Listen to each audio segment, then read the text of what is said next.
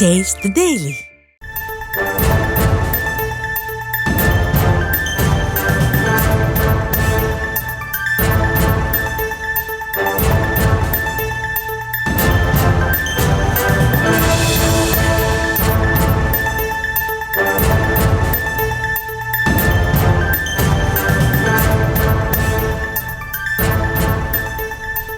அண்மை செய்தி.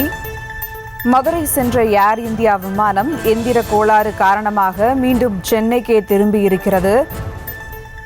163 பயணிகளுடன் பாதியிலேயே சென்னை திரும்ப விடப்பட்டதால் பெரும் சேதம் தவிர்க்கப்பட்டிருக்கிறது. இது குறித்த அண்மை செய்தியை பார்த்து வருகிறோம். மேலும் விவரங்களோடு இணைகிறார் செய்தியாளர் மொய்தீன். வணக்கம் மொய்தீன், விவரங்கள்.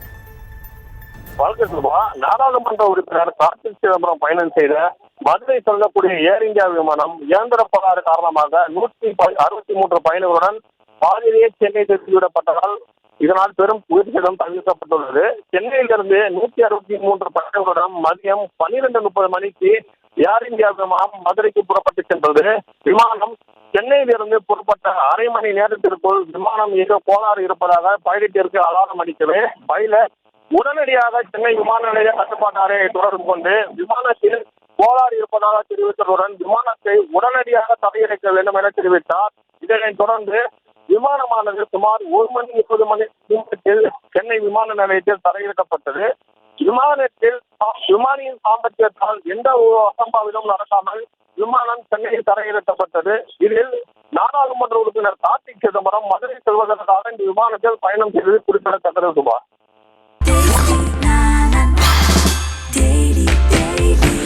Taste Daily. Taste the Daily. செய்திகளை உடனுக்குடனும் துல்லியமாகவும் தெரிந்து கொள்ள சப்ஸ்கிரைப் பண்ணுங்க.